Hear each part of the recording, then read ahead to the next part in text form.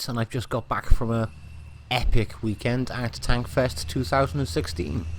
Truth be told, I feel as tired and worn out as this tank does on screen right now. We got back late last night. I woke up early this morning to go straight to work and then straight on with this video. Now, as I said, I am shattered, but it was truly worth it. It was an amazing experience, and I owe a huge thanks to Wargaming for that. Not only was I invited along to Tankfest, I was also invited along to the Community Contributor Day on Friday before Tankfest, which basically meant I had free reign to go anywhere in the museum, have a look at all the tanks, and spend time with some legends in the World of Tanks community. And as you can see on the screen, I even managed a few quick cheeky games on Blitz as well. The Community Contributor Day was a very surreal day, we'll say.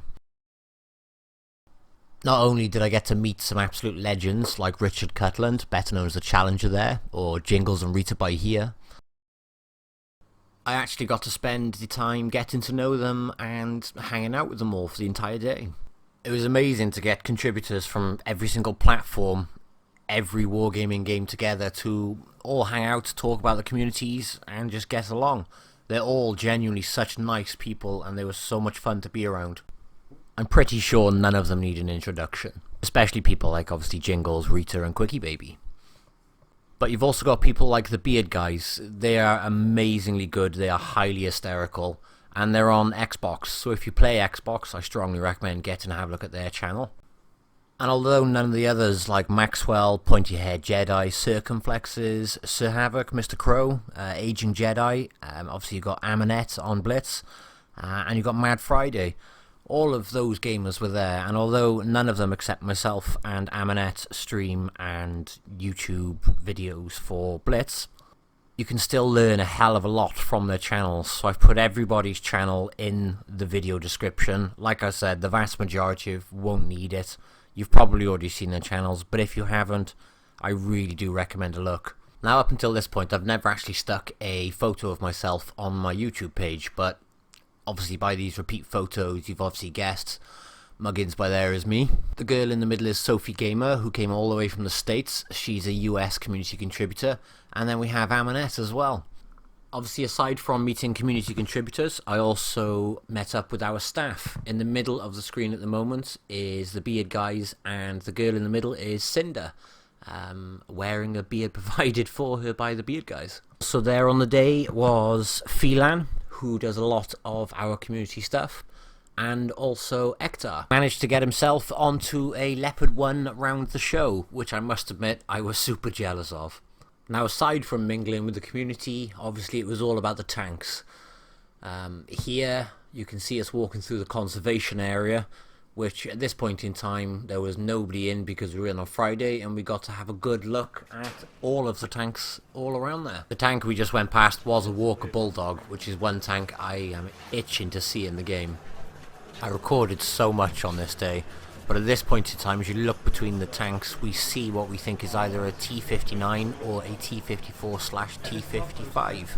Jingles, being the gent he is, explains to myself, Aminette, Circon and Ben from the Beard guys what the subtle differences between them are.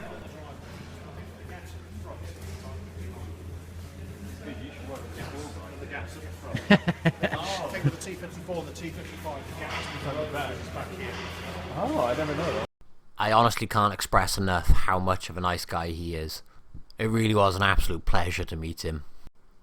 On the screen at the moment you will see a T-14. Fun fact, that is the only one left in the world. There was two, one in the States, one here, but for some reason they scrapped the one in the States, so this is the only one remaining. This is a little monstrous Tier 5, and so is the next one. This is an Excelsior. For anyone who doesn't know, this for all intents and purposes is an heavily up-armoured Comet. In brief, what they effectively did was get a Comet chassis, chop it down the middle, widen it, and slap a truck ton of armour on it. Obviously there's more to it than that, but that's the general gist of it. The tanks I'm showing you now, by the way, aren't even a quarter of what they have there. Here on the screen you'll see there's so many different variants of the T-55, 54, T-59 and T-62 ranges. There was a Chieftain, and we have an M103 by here, which is an absolute monster in real life. This little tank isn't in the game yet. It's a Knonen Jagdpanzer. It's known on PC for being an absolutely crap tank. I'd like to see it come to Blitz. For anyone that doesn't know, the Knonen Jagdpanzer is an RU-251 chassis with a 90mm cannon stuck to the front. As a result, I think it'd be pretty good in Blitz. On the screen at the moment then as well, you'll also see the SU-100. Now this thing we found by pure fluke. It was actually stuck behind the M103 and you couldn't get around it. It was all blocked off. But this was one of the tanks, or this is one of the tanks I absolutely love. So it was amazing to just see it in the metal. As I said, it was pretty much blocked off, so I couldn't really get any good shots of it at all. Another fun fact, which I didn't actually know until the day, the SU-100 actually shared a gun with the T-55. The 100mm gun is the same one. As a result, and as you can imagine, when the British managed to get hold of this SU-100, they were very interested in the gun to see what the Russians were using at that point in time. Now this tank is one I've looked forward to seeing for a long time. I've been to the tank museum several times, never been in the conservation area. This was always tucked right at the very back, so getting up close to this was amazing actually. This, if you haven't spotted already, is the FV-4202. The only one of its kind and the only one in the world. Again, there were two, like the T-14. One of them was given away. I can't remember which country to actually, but it's never been seen since, or nothing has ever been heard about it. So this is believed to be the only one. Now this tank was built as a prototype. It's effectively a Centurion chassis, chopped up, shortened and lowered. It's lowered enough to heavily increase the sloping on the front of the hull, which, as we know from the game, makes it shockingly bouncy. To do this, though, they need to test the reclined driving position. So by reclining the driver, they could massively take off height of the actual hull itself. The other famously notable part of this tank is it is mantleless. Now the one you see here, as you can see on the left hand side, tracks are knackered. The gun isn't even in the turret properly, it's just stuck in place. It's literally not even held in properly. So this thing is in a shockingly sorry state of repair.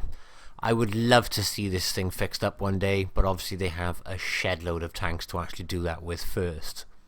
All that testing was in preparation for this, which is the Chieftain. Absolute monster of a tank, awful engine. Again, fun fact, the engines on these were multi-fuel, and that resulted in them being incredibly unreliable. They basically broke down a lot. And I really do mean a lot. There are loads more tanks in the conservation area, but moving out of the conservation area, because we physically don't have time to go through every single one, here are some of my favourites. You had the Chieftain at the start then with digital camo, the Type 59 then. This is a Covenanter. And this little monster is the Lux. It's actually tiny. This is the back of a T-34-85. M48 pattern, which is just ridiculous. It's massive. We've got a Churchill by here. And this is the back of an M48 pattern. It is, well, you can see why it's nicknamed the Fatten. They also had another Leopard 1 on display inside the museum, and a T-62A, and you can see the size on that shell in which it fires in front of it, and the back of the T-62A. There were just so many tanks to go through. Another one of my personal favourites actually is the Panther. It's very deceiving in game. It doesn't look too big, but in fact it is enormous. Separate to that then we have this little Cromwell, which is actually pretty small to be fair. And then we have the Sherman Firefly. That again is another tank I'd desperately like to see in game. As I said, there are just far too many tanks there to go through every single one and to put up a picture of every single one. I took that many photos. I'll put them all in the file online and I will share said file in the video description. As you can see from the footage on the screen as well, obviously lots of people around, but the event, the amount of people there was just ridiculous. The Leopard flying around now, that thing made a hell of a racket. I believe that was also Ektar sticking out all the top of that turret there. The other amazing part of the event for me as well was the actual show itself. Thanks to wargaming, I had press pass, so I could go up to this little area and be literally right next to the tanks as they drove past. It was nice to see from this perspective the crowd as well, actually, because it just puts a perspective for how many people were there. Those with a keen eye would have just noticed that was a comet that drove past then. One thing being around the tanks, which you'll never ever pick up in game, is just the feel of them. You can actually feel the floor tremble as they drive past. The smell of the smoke, it's just... I can't describe it, I really can't. The best feeling though is the gunfire. Now, they had an M4 Sherman there, which was obviously firing blanks, but when it was, and the gun was facing in your direction, you could actually feel the shockwave from the gun hit you. So, during the war, I actually dread to think what it must have felt like and sounded like to have a whole platoon of those tanks firing at you. I do just have to say as well, that Centurion, easily one of the best looking tanks out there. I don't care what anyone says. They're epic. I'm going to shut up for 2 minutes anyway, just so you can actually hear the tanks driving around for a little bit and get a feel for what they sound like with the tracks and the engines on full volume.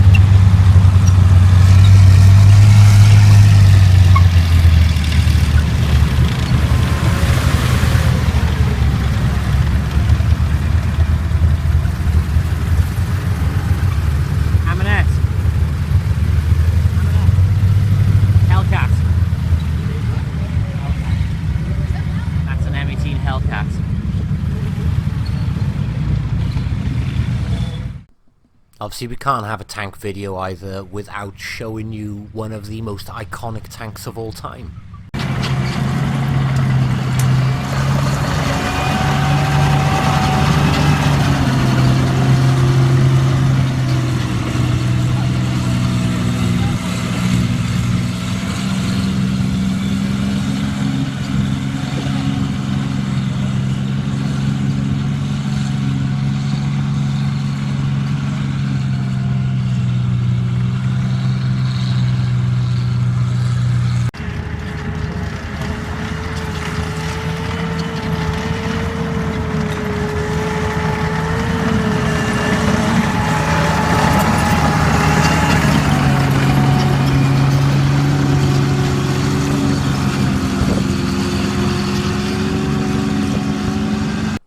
I also knew this was coming, yet it still made me jump.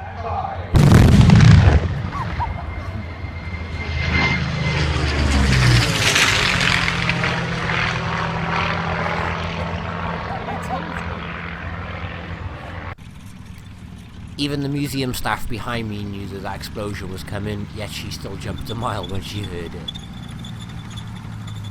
Watching Fury, by the way, drive around that field was just epic, even if it did break down. it actually broke down several times.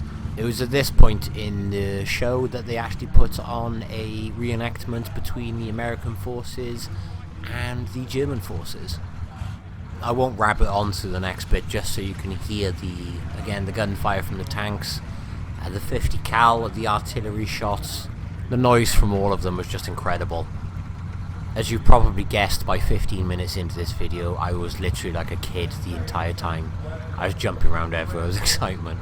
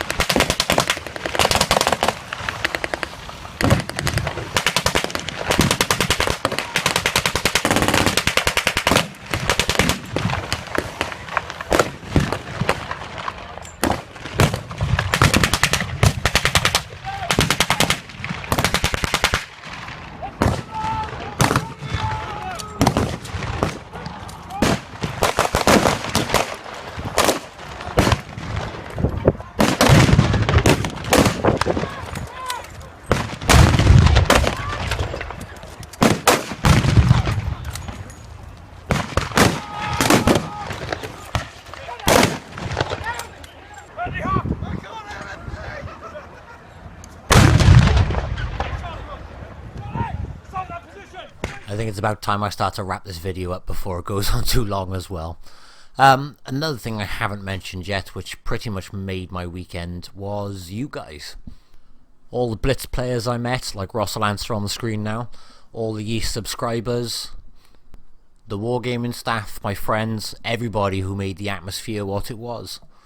It genuinely was an absolutely amazing weekend. I still have tons more footage and stuff to show you. I could literally go on for days with the amount of stuff, but I think that would bore the crap out of you.